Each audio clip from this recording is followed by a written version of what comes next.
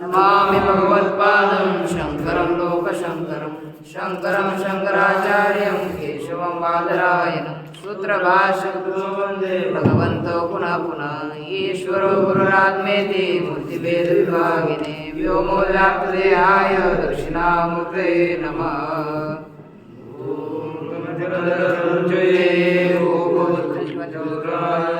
तस्मै कृष्णाय नमः संसारमयर्वस्य बीजाय।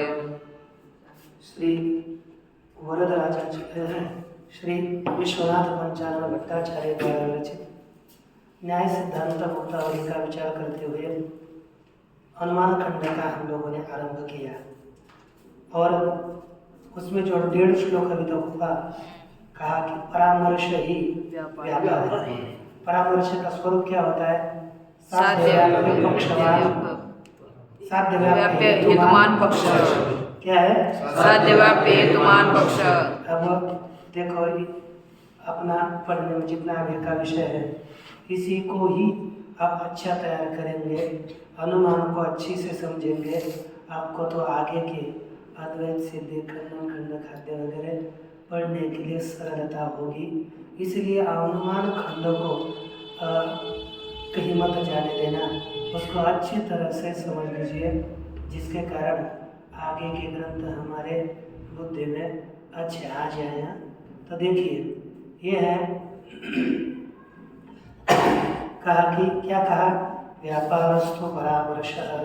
व्यापार क्या चीज है? परामर्श ही व्यापार है। तो परामर्श का स्वरूप साध्य व्याप्ति पक्ष। करणम व्याप्ति धीर भवेत्। करण क्या चीज है? व्याप्ति ज्ञान। श्लोक कंठ से चाहिए। करण व्याप्ति ही करण है। किसमें? अनुभूति में। इस व्याप्ति ज्ञान क्या होगा? साध्य व्याप्ति हेतु। इस तरह का ज्ञान। और अनुमिति क्या होगा? पक्ष साध्यवान। यह अनुमिति का एक प्रकार बताया और इसी का हम लोगों ने कल पूरा विचार किया। ज्ञायमान लिंग को हेतु नहीं माना जाता, क्या लिंग ज्ञान को हेतु माना जाता है।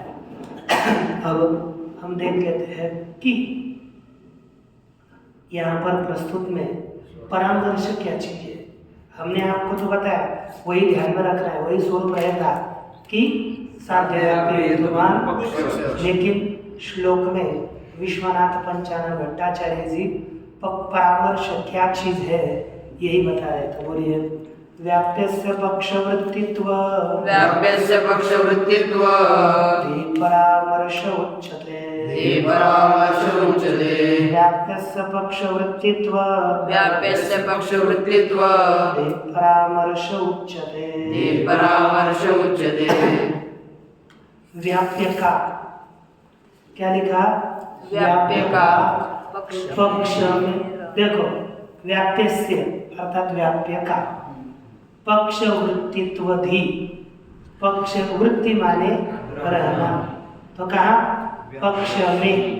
व्याप्य का पक्ष में वृत्तित्व अर्थात रहना, उसका धी माने ज्ञान। व्याप्य का पक्ष में रहने का ज्ञान परामर्श कहा जाता है। क्या अर्थ होगा? बोलिए। व्याप्य का पक्ष में रहने का ज्ञान परामर्श कहा जाता है। व्याप्य माने कौन? हेतु। व्याप्ति वाला साध्य के व्याप्ति वाला उसे क्या कहेंगे? व्याप्य। तो अर्थ क्या होगा? व्याप्य का पक्ष में रहने का ज्ञान परामर्श क्या है? परामर्श कहा जाता है। पुनः बोलो। व्याप्य का पक्ष में रहने का ज्ञान परामर्श कहा जाता है। व्याप्य का पक्ष में रहने का ज्ञान परामर्श कहा जाता है। किसका? व्याप्य का पक्ष में रहने वाला ज्ञान परामर्श कहा जाता है। जैसे आपको क्या होगा? व्याप्य कौन है? व्याप्य किसके व्याप्य कौन होता है? साध्य व्याप्य हेतु होता है। क्या होता है? साध्य व्याप्य। व्याप्य माने हम करेंगे व्याप्य। साध्य व्याप्य हेतु, उसका कहाँ रहना? पक्ष में। और साध्य व्याप्य हेतु वाला कौन होना चाहिए? पक्ष। इसने हमको ये क्या कहेंगे? हम परामर्श। समझ में आता है ना? कैसा ज्ञान परामर्श है? साध्य व्याप्य हेतुमान पक्ष। यही है हेतु व्याप्य का पक्ष में रहने का ज्ञान। क्या स्वरूप हो गया? साध्य व्याप्य हेतुमान पक्ष। इसी को क्या कहेंगे? परामर्श। क्या कहेंगे? परामर्श। उत्तमम उत्तमम। चलो व्याप्य की समझ में आया ना? देखो व्याप्यस्य, व्याप्यस्य का अर्थ क्या है?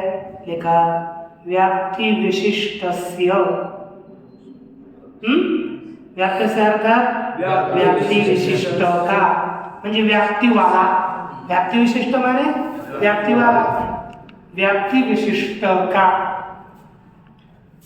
पक्षेन सह, पक्षेन सह माने पक्ष के साथ। एक एक पद का अर्थ पहले करिए, पहले शब्दार्थ को करिए, फिर उसका भावार्थ तात्पर्य अर्थ समझिए। तो अर्थ क्या हो गया? व्याप्ति विशिष्ट का पक्षेन सह। अर्थ क्या होगा? व्याप्ति विशिष्ट का पक्ष के साथ। व्याप्ति वाले का पक्ष के साथ। कौन सा ज्ञान? वैशिष्ट्यावगाही ज्ञानम। कौन सा? वैशिष्ट्य। वैशिष्ट्य है ना? व्याप्ति विशिष्ट का किसके साथ वैशिष्ट्य करना है? पक्ष के साथ वैशिष्ट्य। किसके साथ? पक्ष के साथ। व्याप्ति विशिष्ट एक हेतु। देखो व्याप्ति विशिष्ट हेतु हो जाएगा माने व्याप्य हेतु। व्याप्ति विशिष्ट का अर्थ है व्याप्य, तो क्या हो गया? व्याप्ति विशिष्ट हेतु होता है ना, तो क्या हो गया? व्याप्य हेतु। इसका वैशिष्ट्य, वैशिष्ट्य अर्थात विशेषण से युक्त होना है। वैशिष्ट्य एक संबंध है अर्थात युक्त। व्याप्ति से विशिष्ट का किसके साथ वैशिष्ट्य लेना है हमें? पक्ष के साथ। पक्ष के साथ वैशिष्ट्य को जान अवगाही, अवगाही अर्थात जानने वाला ज्ञान, जानने वाला ज्ञान कौन हो गया? व्याप्ति विशिष्ट का पक्ष के साथ वैशिष्ट्यावगाही ज्ञान। माने देखो व्याप्ति विशिष्ट कौन गया? हेतु। उसका क्या ज्ञान करना है हमें? पक्ष के साथ वैशिष्ट्य अर्थात व्याप्ति विशिष्ट वाला पक्ष। कैसा होगा? व्याप्ति विशिष्ट वाक्य हेतुमान पक्ष। क्या करना है? व्याप्य हेतुमान पक्ष। कैसा व्याप्य? साध्य व्याप्य हेतुमान पक्ष। ऐसा है व्याप्ति विशिष्ट का पक्ष के साथ वैशिष्ट्य अर्थात संबंध को ग्रहण करने वाला जो ज्ञान, उसको विषय क्या बोलेंगे? साध्य व्याप्य हेतुमान पक्ष। ऐसा ज्ञान, ये ज्ञान किसमें हेतु है? देखो अनुमितौ जनकम। और यह ज्ञान किसका जनक है? अनुमिति का। समझ में आ रहा है ना? माने साध्य व्याप्य हेतुमान पक्ष, यह ज्ञान किसमें जनक है? अनुमिति में। बोला करो किसमें जनक है? अनुमिति में। अनुमिति में जनक है। जनक है माने कारण है। ठीक ना? अच्छा इसी का नाम क्या है? परामर्श। इसी का ज्ञान क्या है? परामर्श। अब परामर्श भी दो प्रकार का है। परामर्श भी दो प्रकार का है। दो प्रकार का हम बोल सकते हैं। एक प्रकार का तो बताया परामर्श कैसा होगा? एक व्याप्य विशेषक और व्याप्य विशेषणक। क्या होगा? व्याप्य विशेषक एक परामर्श होगा, और दूसरा व्याप्य विशेषणक, नहीं व्याप्य नहीं, हम क्या पक्ष करेंगे, पक्ष विशेषक और पक्ष विशेषणक, ये ज्यादा समझ लेगा। एक आधे में, एक परामर्श में पक्ष विशेष होता है और एक परामर्श में पक्ष विशेषण बनता है। ज्यादा से ज्यादा हमें यही पता है। तो देखो न्याय मत में प्रथमांतम विशेष्य, प्रथमांत रहता है वो कौन होता है? तो यहाँ प्रथमांत कौन है? पक्ष है। यहाँ पर साध्य व्याप्य हेतु, ये प्रथमांत तो थोड़ा है, मान प्रथमांत है, मान कौन हो गया? पक्ष। तो ये कौन सा हो गया परामर्श? पक्ष विशेषक। क्या हो गया? पक्ष विशेषक, अर्थात पक्ष साध्य व्याप्य हेतुमान पक्ष। क्या होगा? साध्य व्याप्य म्हणजे व्याप्यवान पक्ष। क्या होगा? व्याप्यवान पक्ष।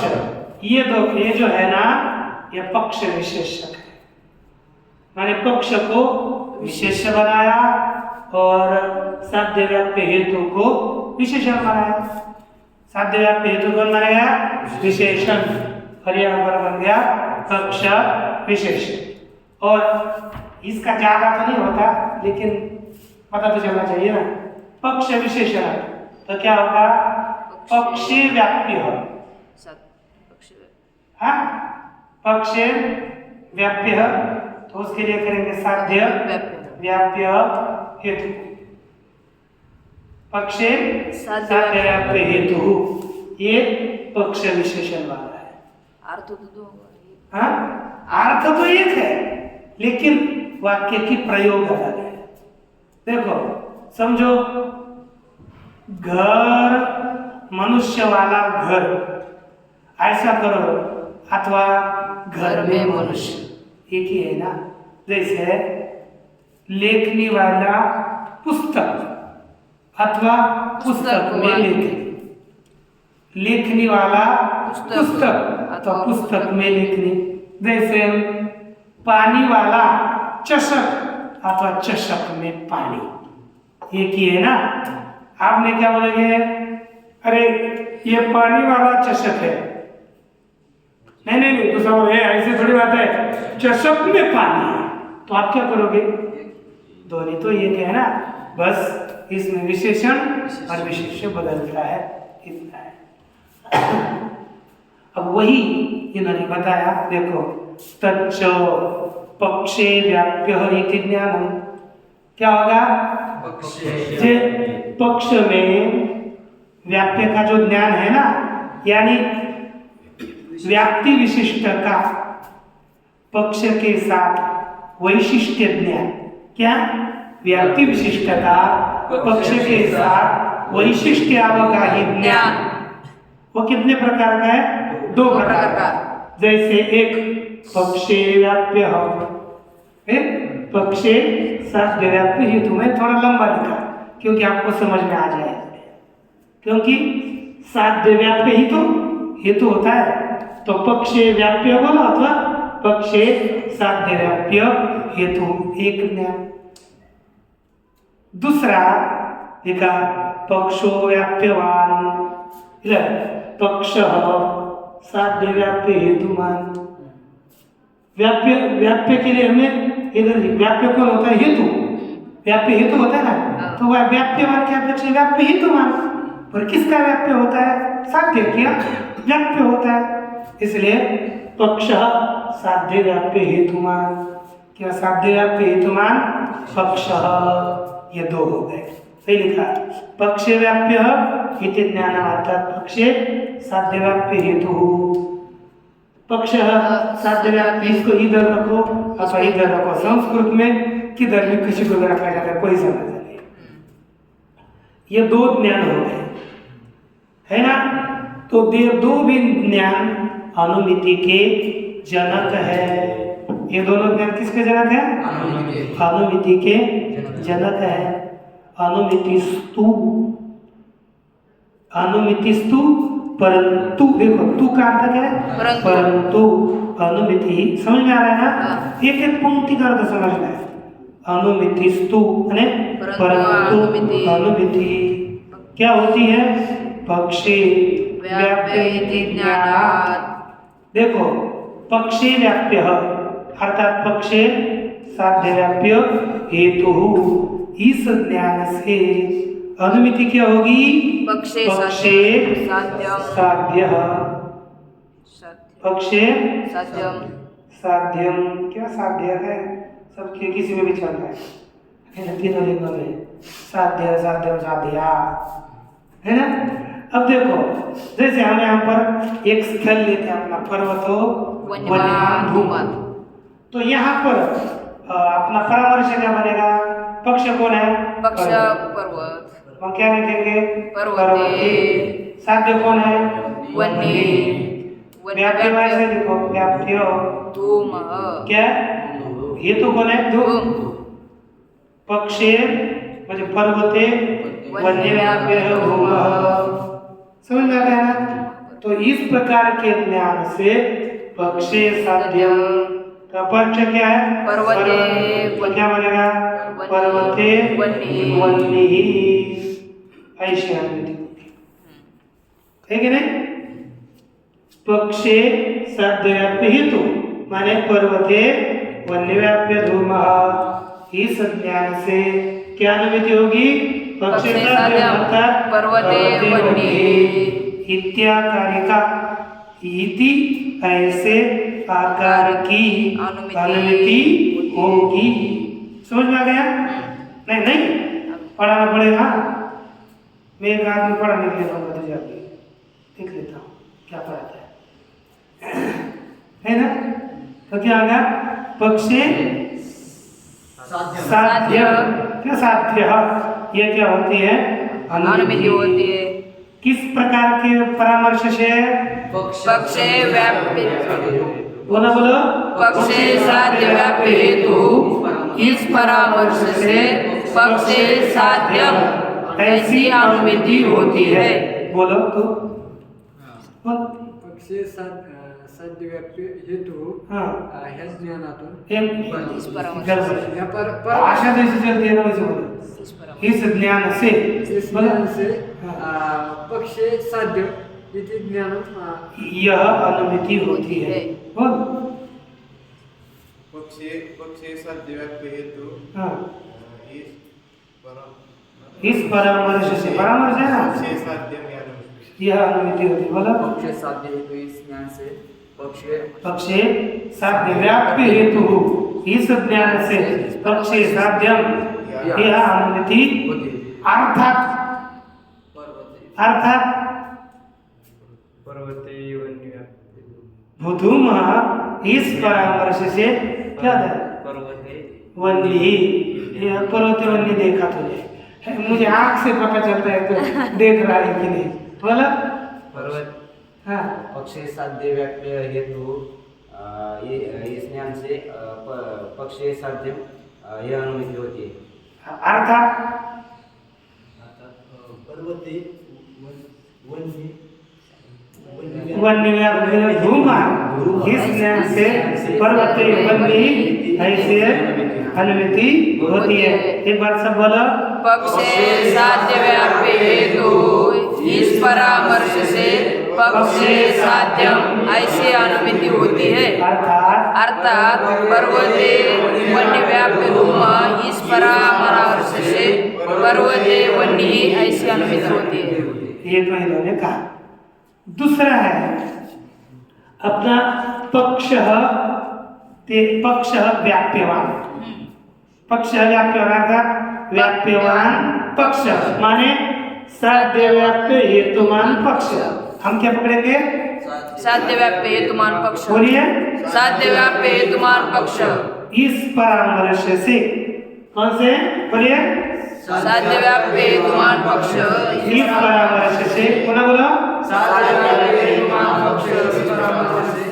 हाँ पक्ष साध्यवान क्या पक्ष साध्यवान पुनः बोलो पक्ष साध्यवान पक्ष साध्यवान ऐसी अनुमति होती है ऐसी अनुमति होती है। किससे कौन सी अनुमति होती है साध्य व्याप्य हेतुमान पक्ष इस परामर्श से पक्ष साध्यवान ऐसी अनुमति होती है क्या होती है व्याप्यवान हाँ व्याप्यवान नहीं साध्यवान व्याप्य अर्थात साध्य वही अरे अरे पक्ष व्याप्यवान लिखा है ना वही अर्थ है पक्ष व्याप्यवान अर्थ साध्य व्याप्य हेतुमान पक्ष यह परामर्श है बोल साध्य व्याप्य हेतुमान पक्ष हाँ इस परामर्श से पक्ष साध्यवान क्या पक्ष साध्यवान यह अनुमति होती है बोल साध्य व्याप्य हेतुमान पक्ष इस परामर्श से पक्ष साध्यवान यह अनुमति होती है। बोला साध्य व्याप्य हेतुमान पक्ष इस परामर्श से इस परामर्श से पक्ष साध्यवान इत्यादि हाँ साध्यवान साध्य व्याप्य हेतुमान पक्ष इस परामर्श से पक्ष साध्यवान अर्थात वन्य व्याप्य धूमवन पर्वत हाँ इस परामर्श में परामर्श से परामर्श से हाँ पर्वत पर्वत वन्यमान यह अनुमति होती है बोला साध्य व्याप्य हेतुमान पक्ष हाँ पक्ष से ये पक्ष इस परामर्श से पक्ष साध्यवान है अर्थात वन्य व्याप्य धूमवान अयम पर्वत इस परामर्श से हाँ। वन्यवान इति अनुमति लाइन जोड़ दिया ठीक अभी क्या पक्ष व्याप्यवान क्या हो गया पक्ष व्याप्यवान इति ज्ञानात् ये ज्ञान कौन सा ज्ञान है परामर्श ज्ञान उस ज्ञान से क्या होता है पक्ष साध्यवान इत्याकारिका अनुमतिर् भवति कोई संदेह इसमें नहीं माने आपको पढ़ाना आना चाहिए समझो कल आपको पढ़ाने के लिए कहेंगे कौन कैसा पढ़ता है पता लगेगा ना हिंदी में पढ़ाना है लेकिन 5-5 मिनट ये और 5 मिनट में वो विषय समाप्त भी करना है ऐसे पढ़ाना तो देखो द्विविधाद अपि परामर्शात् द्विविधार्थ दो प्रकार के परामर्श से भी दो प्रकार के भी परामर्श से कोई लोग कहते हैं अरे ये 2 प्रकार के आपके परामर्श होने दो लेकिन इससे एक ही प्रकार की अनुमति होगी पहले क्या कहा एक मत में पक्ष साध्य व्याप्य हेतु इससे पक्ष साध्यम यह अनुमति होती है साध्य व्याप्य हेतु पक्ष से पक्ष साध्यवान यह अनुमति होती है लेकिन कोई कहते हैं नहीं ये दोनों भी प्रकार के परामर्श हो लेकिन इससे अनुमति होगी पक्ष साध्यवान वही करें द्विविधाद अपि परामर्शात् पक्ष साध्यवान दोनों प्रकार के परामर्शों से भी पक्ष साध्यवान इति एव दिखा ना इति एव अनुमति इति अन्य ऐसे दूसरे लोग कहते हैं एक ही प्रकार की अनुमति होती है हो गया इतना ये आप तक कोई संदेह हो कोई पंक्ति में पूछ सकते हो अब यहाँ पर पूर्व पक्षी शंका कर रहा है अब यहाँ पर शंका जो हो रही है ना इसको अच्छी तरह से सुनो क्या देखो ननु का अर्थ क्या है ओहो वन्य व्याप्य धूमवान पर्वत हो ये देखा ना वन्य व्याप्य धूमवान पर्वत इति ज्ञानं विनापि ऐसे ज्ञान के बिना भी क्या अर्थ हो गया यहाँ तक बोलिए वन्य व्याप्य धूमवान पर्वत इस ज्ञान के बिना भी यत्र पर्वत धूमवान जहाँ पर क्या ज्ञान हो गया पर्वत धूमवान इति प्रत्यक्षम जैसे वन्य व्याप्य धूमवान ये नहीं ज्ञान होगा सीधा अरे पर्वत धूल वाला है रे सुधा हमने देखा अरे देखो देखो पर्वत धूल वाला दूर लगा तो इति ज्ञान इति प्रत्यक्षम ऐसा ज्ञान होगा किसी को होगा गए आप लोगों को घूमने की बहुत आदत है चलते जाते देखा पर्वत में चले गए अरे पर्वत में धूम ये ज्ञान हो गया और कैसा ज्ञान होगा प्रत्यक्ष कैसा ज्ञान हुआ प्रत्यक्ष ततः तथा अर्थात उस ज्ञान उसके से। बाद तथा अर्थात उसके बाद क्या ज्ञान हो गया वन्य व्याप्य धूम पहले ज्ञान क्या हो गया पर्वत धूमवान पर्वत धूमवान यह कब ज्ञान हो गया पहले प्रत्यक्ष ज्ञान हो गया फिर उसको स्मरण हो गया क्या ये जो धूम है ना कैसा है वन्य व्याप्य धूम वन्य का व्याप्य होता है ऐसा स्मरण हुआ देखो ततो वन्य व्याप्य धूम इति व्याप्ति स्मरणम तत्र अर्थात वहां पर उस स्थान में ज्ञानद्वयादेव अनुमितेर दर्शनात् है कि नहीं दोनों विज्ञान हो गए थे वहां पर उस स्थान में उन दोनों ज्ञानों से कौन से पर्वतो धूमान और वन्य व्याप्य धूम इस दोनों ज्ञान से अनुमिते है दर्शना अनुमित पर्वतो वन्यमान ऐसी अनुमिति देखी जाने से दर्शन करता क्या देखी जाने से। होती है कि नहीं जिसने पहले पर्वत धूम को देखा फिर वन्य व्याप्य धूम ऐसा ज्ञान हो गया तो दोनों विज्ञान से तो अनुमिति हो गई है अनुमिति देखी जाने से आपने जो ये कारण बताया ना कौन सा व्याप्ति विशिष्ट वैशिष्ट्य होगा ही ज्ञान व्याप्ति विशिष्ट वैशिष्ट्य होगा ज्ञान माने व्याप्ति साध्य हेतुमान पक्ष ये है व्याप्ति विशिष्ट वैशिष्ट्य होगा ज्ञान अरे पहले बताया ना पिछले पेज में तो वही व्याप्ति विशिष्ट वैशिष्ट्य होगा ज्ञान माने साध्य व्याप्ति हेतुमान क्या व्याप्ति विशिष्ट वैशिष्ट्य होगा ज्ञान हो गया ध्यान में है ना यह ज्ञान न सर्वत्र कारण यह ज्ञान सर्वत्र कारण नहीं है देखो ना जो ऊपर दो ज्ञान बताए ना तो उसमें क्या भेद है देखो ये ज्ञान क्या है व्याप्ति विशिष्ट साध्य व्याप्य हेतुमान पक्ष क्या है साध्य व्याप्य हेतुमान पक्ष अब देखो ये ज्ञान पहले सिद्धांति ने कारण है बताया था अथवा पक्षे साध्य व्याप्य हेतु यही ज्ञान कारण है बताया अब यहाँ पर कहा बताया यहाँ आत्मनिमित्ति होती है पक्ष हेतुमान पक्ष हेतु माना था मैंने कहा ना पर्वत धूमवान तो ये ज्ञान क्या हो गया पक्ष हेतुमान धूम हेतु है ना पक्ष हेतुमान और इसके बाद हो गया वन्य व्याप्य धूम व्याप्य धूम और उस दोनों में साध्य व्याप्य हेतु व्याप्य हेतु हेतु देखो ना इधर कितना भेद है इधर में चले कि साध्य व्याप्य हेतु यहाँ तक मान पक्ष ये ज्ञान नहीं रहा साध्य व्याप्य हेतु इतने हो गए ना मान पक्ष नहीं रहा वैशिष्ट्य का ज्ञान नहीं हुआ और इधर ज्ञान हो गया है तो पक्ष हेतु वाला ज्ञान हो गया है तो यहाँ पर व्याप्ति का ज्ञान नहीं है लेकिन ऐसे दो मिलित ज्ञान से यह अनुमिति होती है कि नहीं तो यही ज्ञान अनुमिति में कारण है दूसरा ज्ञान अनुमिति में कारण नहीं है ऐसा कैसे कर सकते है कि नहीं इन्होंने कहा था ना सिद्धांत ने यही ज्ञान अनुमिति में कारण। ये बोलते हैं इससे भी अनुमिति होती है, तो इनको ही कैसे कारण मानोगे? इनको भी मानो ना। ये पूर्व पक्ष की शंका करने का भावना है।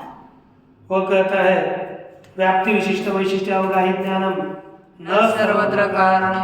फिर किंतु फिर क्या है? व्याप्यतावच्छेदक प्रकारक पक्ष धर्मता ज्ञानत्वेन। बोलिए। व्याप्यतावच्छेदक प्रकारक पक्ष धर्मता ज्ञानत्वेन।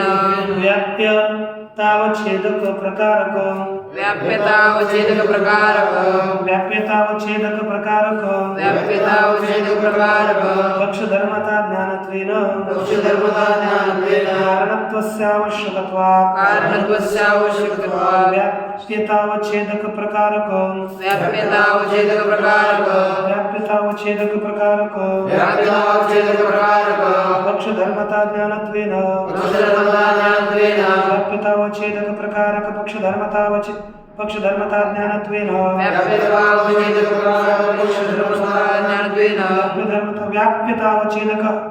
व्याप्यतावच्छेदक प्रकारक पक्ष धर्मता ज्ञानत्वेन व्याप्यतावच्छेदक प्रकारक पक्षधर्मता ज्ञानत्वेन कारणत्वस्य आवश्यकत्वात् कारणत्वस्यावश्यकत्वात् तत्र विशिष्ट ज्ञान कल्पने गौरवाच्च तत्र विशिष्ट ज्ञान कल्पने गौरवाच्च। दो हेतु दिए। एक विशिष्ट ज्ञान कल्पने गौरवात, ये सरल है।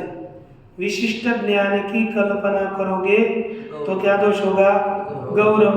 सामान्य काम चलता है, जहाँ पर सामान्य से काम चले वह विशिष्ट मानना गौरव है कि नहीं? लेकिन हमें पहला समझना है व्याप्यतावच्छेदक प्रकारक पक्ष धर्मता ज्ञानत्वेन ज्ञान। अच्छा, यहाँ पर हमें ज्ञान कैसा चाहिए? व्याप्यतावच्छेदक प्रकारक पक्ष धर्मतावच्छेदक ज्ञान। जैसे हमें ज्ञान हो गया कि वन्य व्याप्य धूम। क्या हो गया? वन्य व्याप्य धूम।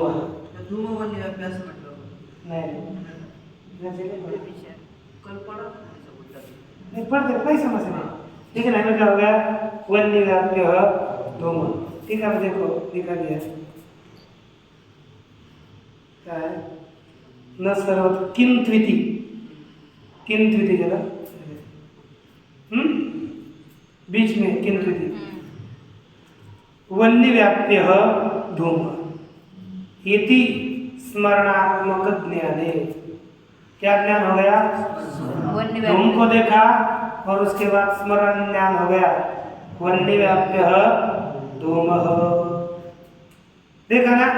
इस स्मरणात्मक माने स्मरण रूप ज्ञान में व्याप्य कौन है? बताओ बताओ ना।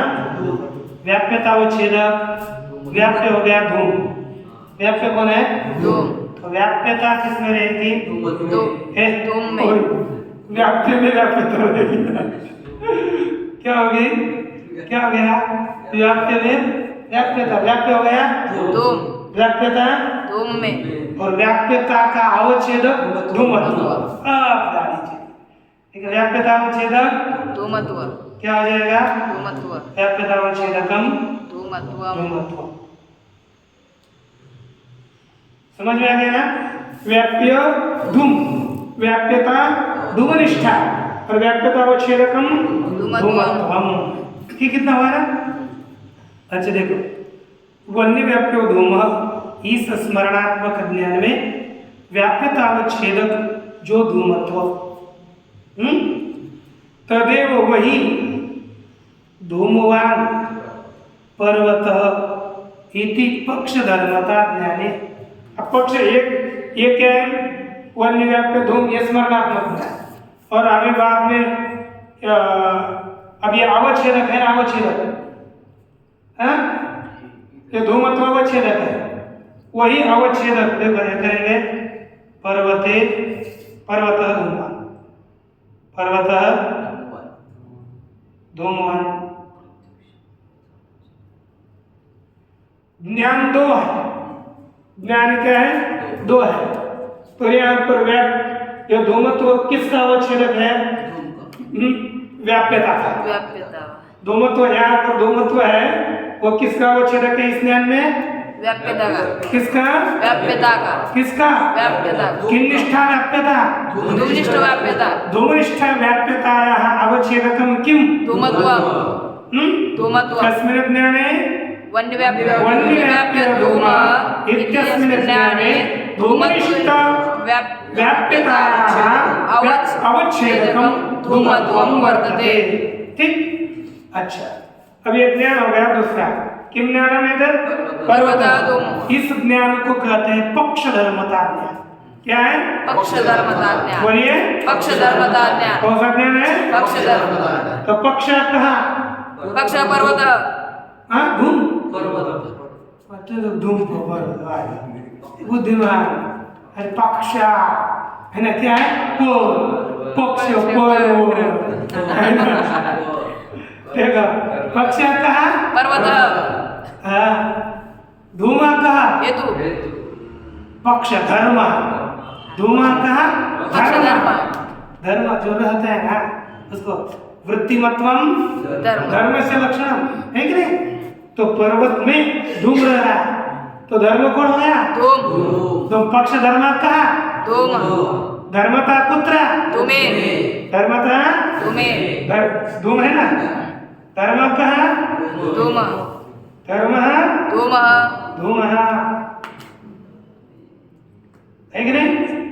धर्मता कुत्र? धूमे। पक्ष धर्मता कुत्र? धूमे। पक्ष धर्मता कुत्र? धूमे। पक्ष धर्मता किसमें है? धूम में। धूम निष्ठा पक्ष धर्मता। अब ये धर्मता किसमें रह गई? धूम में। तो धर्मता का अवच्छेदक? धूमत्व। धूमत्वम है कि नहीं? वही तो हमको सिद्ध करना था, वही ना। देखो इधर व्याप्यता का भी अवच्छेदक क्या हो गया? धूमत्व। और पक्ष धर्मता का भी अवच्छेदक क्या हो गया? धूमत्व। तो इसलिए पूर्व पक्ष बोलता है व्याप्यतावच्छेदक प्रकारक। व्याप्यतावच्छेदक कौन? धूमत्व। व्याप्यतावच्छेदक कौन है? धूमत्व। धूमत्व वही प्रकार है जिस ज्ञान में ऐसा ज्ञान पक्ष धर्मता ज्ञान। देखो कहीं ना कहीं व्याप्यतावच्छेदक है। व्याप्यतावच्छेदक ही प्रकार है जिसमें ऐसा पक्ष धर्मता ज्ञान। कौन सा? पर्वत धूमवान। यही ज्ञान देखा, ज्ञानत्वेन कारणत्व मानना चाहिए। कारण स्वीकार करना आवश्यक है। ऐसा मानोगे तो कोई दोष फालतू यहाँ पर विशिष्ट ज्ञान माना है, हाँ? इसलिए विशिष्ट ज्ञान नहीं मानना चाहिए, क्योंकि विशिष्ट ज्ञान की कल्पना करने पर गौरव दोष आता है। एक उत्तम पूर्वपक्षेण तदा एतस्य सिद्धान्ते उत्तरं दास्यति। ओम पूर्णमदा पूर्णमिदं पूर्णात् पूर्णमुदच्यते पूर्णस्य पूर्णमादाय पूर्णमेवावशिष्यते। ओम शांति शांति।